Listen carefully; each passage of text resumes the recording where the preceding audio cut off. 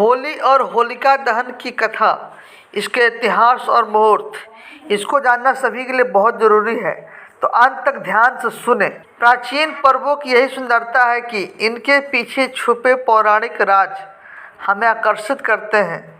आइए जानते हैं होलिका दहन का अभिप्राय और इतिहास, क्योंकि जब तक किसी चीज़ को जानेंगे नहीं हम उसको मना नहीं सकते, तो अर्थ जानना जरूरी है। होलिका दहन का पर्व संदेश देता है कि ईश्वर अपने अनन्य भक्तों की रक्षा के लिए सदा उपस्थित रहते हैं। होलिका दहन होली त्यौहार का पहला दिन फागुन मास की पूर्णिमा को मनाया जाता है। इसके अगले दिन रंगों से खेलने की परंपरा है। इसे धुलेंडी और धूलिन आदि नामों से जाना जाता है। बिहार यूपी में इसे होली माना जाता है और देश के अनेक अलग अलग प्रांतों में इसका अलग अलग नामों से जाना जाता है। जिस तरह मकर संक्रांति को लोग पोंगल, होली बुराई पर अच्छाई की विजय के उपलक्ष्य में मनाई जाती है। होलिका दहन, जिसे छोटी होली भी कहते हैं, के अगले दिन पूर्ण हर्षोल्लास के साथ रंग खेलने का रिवाज है और अबीर गुलाल आदि एक दूसरे को लगाकर व गले मिलकर इस पर्व को मनाया जाता है। भारत में मनाए जाने वाले सबसे शानदार त्योहारों में एक है होली। दीपावली की तरह ही इस त्योहार को भी अच्छाई की बुराई पर जीत का त्योहार माना जाता है। हिंदुओं के लिए होली का पौराणिक महत्व भी है। इस त्योहार को लेकर सबसे प्रचलित है प्रहलाद, होलिका और हिरण्यकश्यप की कहानी।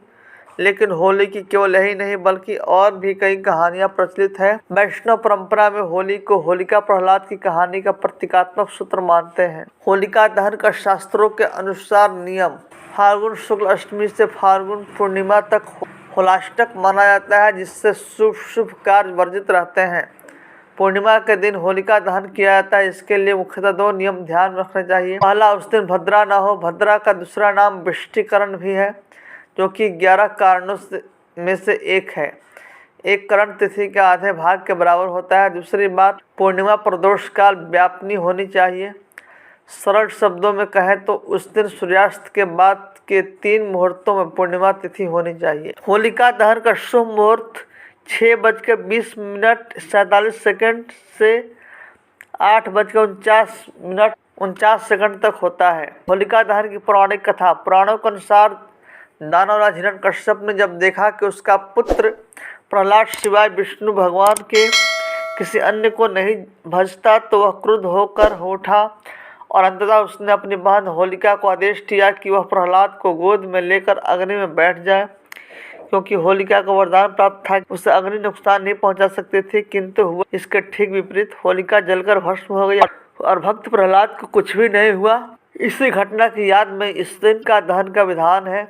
होली का पर्व संदेश देता है कि इसी प्रकार ईश्वर अपने अनन्य भक्तों की रक्षा के लिए सदा उपस्थित रहते हैं। होली की केवल यही नहीं बल्कि और भी कई कहानियां हैं। कामदेव को किया था भस्म। होली की एक कहानी कामदेव की भी है। पार्वती शिव से विवाह करना चाहते थी, लेकिन तपस्या में लीन शिव का ध्यान उनकी तरफ गया ही नहीं।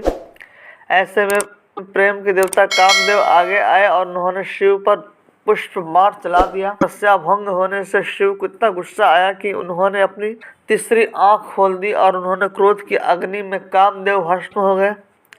कामदेव के भस्म हो जाने पर उनकी पत्नी रति रोने लगी और शिव से कामदेव को जीवित करने की गुहार लगाई। अगले दिन शिव का क्रोध शांत हो चुका था। उन्होंने कामदेव को पुनर्जीवित किया। कामदेव को भस्म होने के दिन होलिका जलाई जाती और उनके जीवित होने की खुशी में रंगों का त्योहार मनाया जाता है। इसके पीछे महाभारत की भी कहानी है। महाभारत की कहानी के मुताबिक युधिष्ठिर को श्री कृष्ण ने बताया कि एक बार श्री राम ने एक पूर्वज रघु के शासन में एक असुर महिला थी। उसे कोई भी नहीं मार सकता था, क्योंकि एक वरदान द्वारा संरक्षित थी। उसे गली में खेल रहे बच्चों के अलावा किसी से भी डर नहीं था। एक दिन गुरु वशिष्ठ ने बताया कि उसे मारा जा सकता है यदि बच्चे अपने हाथों में लकड़ी के छोटे टुकड़े लेकर शहर के बाहरी इलाके के पास चले जाएं और सूखी घास के साथ साथ उनका ढेर लगाकर जला दें। फिर उसके चारों ओर परिक्रमा दें, नृत्य करें, ताली बजाएं, गाना गाएं और नगाड़े बजाएं। फिर ऐसा ही किया गया।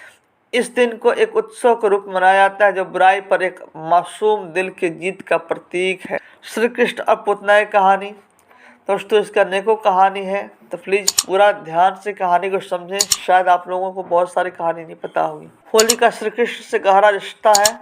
जहाँ इस त्यौहार को राधा कृष्ण के प्रेम के प्रतीक के रूप तौर पर देखा जाता है।